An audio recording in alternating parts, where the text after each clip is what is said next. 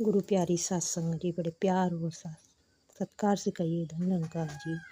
सत्संग जी, दासी आज नए विचार लेकर के आई है। सच्चे संत सत्संग जी, आप लोग वीडियो को लाइक कीजिए और चैनल को सब्सक्राइब कीजिए और कमेंट में आप जी धन निरंकार अवश्य लिखिए। सत्संग जी, प्यार से कहिए धन निरंकार जी। सत्संग जी, सतगुरु ने हमें ब्रह्म ज्ञान की दात देकर हमें महापुरुष की उपाधि दे दी।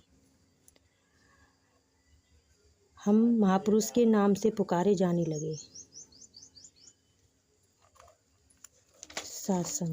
सत्संग जी, हमें देखना होगा क्या हम महापुरुष बन पाए हैं, क्या हम में वो गुण प्रकट हैं कि जो अच्छे संत में होने चाहिए। हमें स्वयं की जांच करने की ज़रूरत है।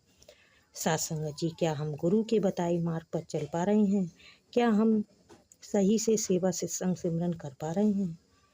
सत्संग जी, कहीं हम सत्संग को तन से ही तो सीमित नहीं है, तन तक ही तो सीमित नहीं है। सत्संग करने का मतलब है कि सत्संग में मन लगाकर ध्यानपूर्वक प्रत्येक संत की ओर स्टेज सतगुरु स्वरूप आए हुए वचनों को स्टेज पर सतगुरु स्वरूप आए हुए वचनों को सुनकर उस पर हमें अमल करना चाहिए। उन पर पूरी तरह से चलना होगा, उन्हें मानना होगा, अच्छे से मानना होगा, तभी हम सत्संग करते हुए आगे माने जाएंगे। अन्यथा तो हम वैसे ही भाग दौड़ कर जीवन व्यर्थ कर रहे हैं, समय व धन की व्यर्थ कर रहे हैं।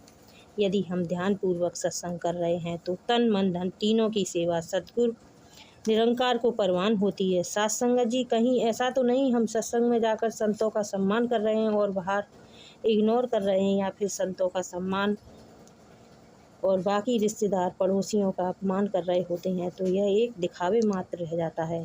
यह कोई गुरमत नहीं है, क्योंकि सद्गुरु ने तो वसुदेव कुटुंबकम का पाठ पढ़ाया है। अच्छे संत की समझदारी इसी में है कि वह सभी का सम्मान करे, चाहे वह राजा हो या भिखारी, या रिश्तेदार हो या पड़ोसी मित्र, सभी का सम्मान गुरु की सिखलाई में आता है। सत्संग जी, सेवा में भी इसी प्रकार है।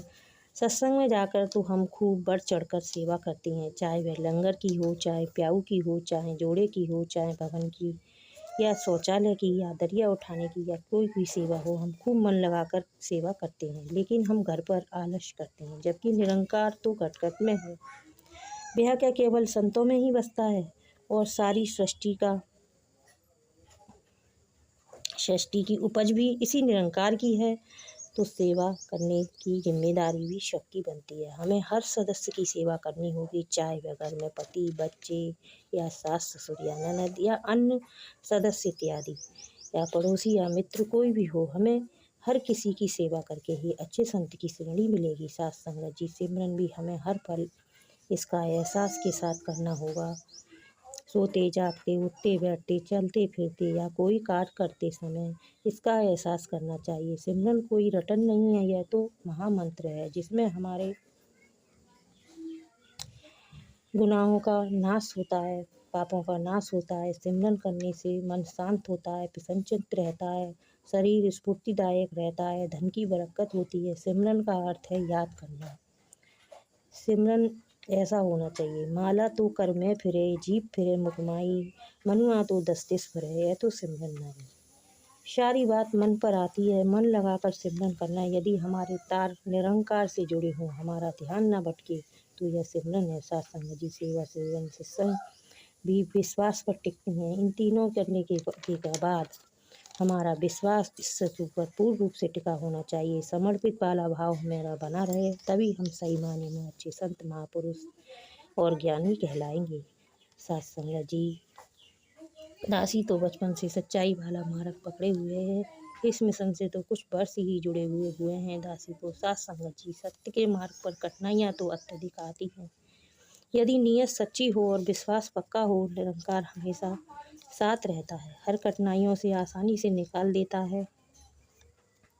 आप जी तो जानते हैं कि सत्य की राह पर चलने वालों के साथ कितने रोकने वाले लोग खड़े होते हैं। सब सद्गुण इन सब से सद्गुण ही निकालता है सत्संग जी। दासी की यही अरदास प्रार्थना है, विनती है, ऐसी दुआ करना दासी भटकने ना पाए।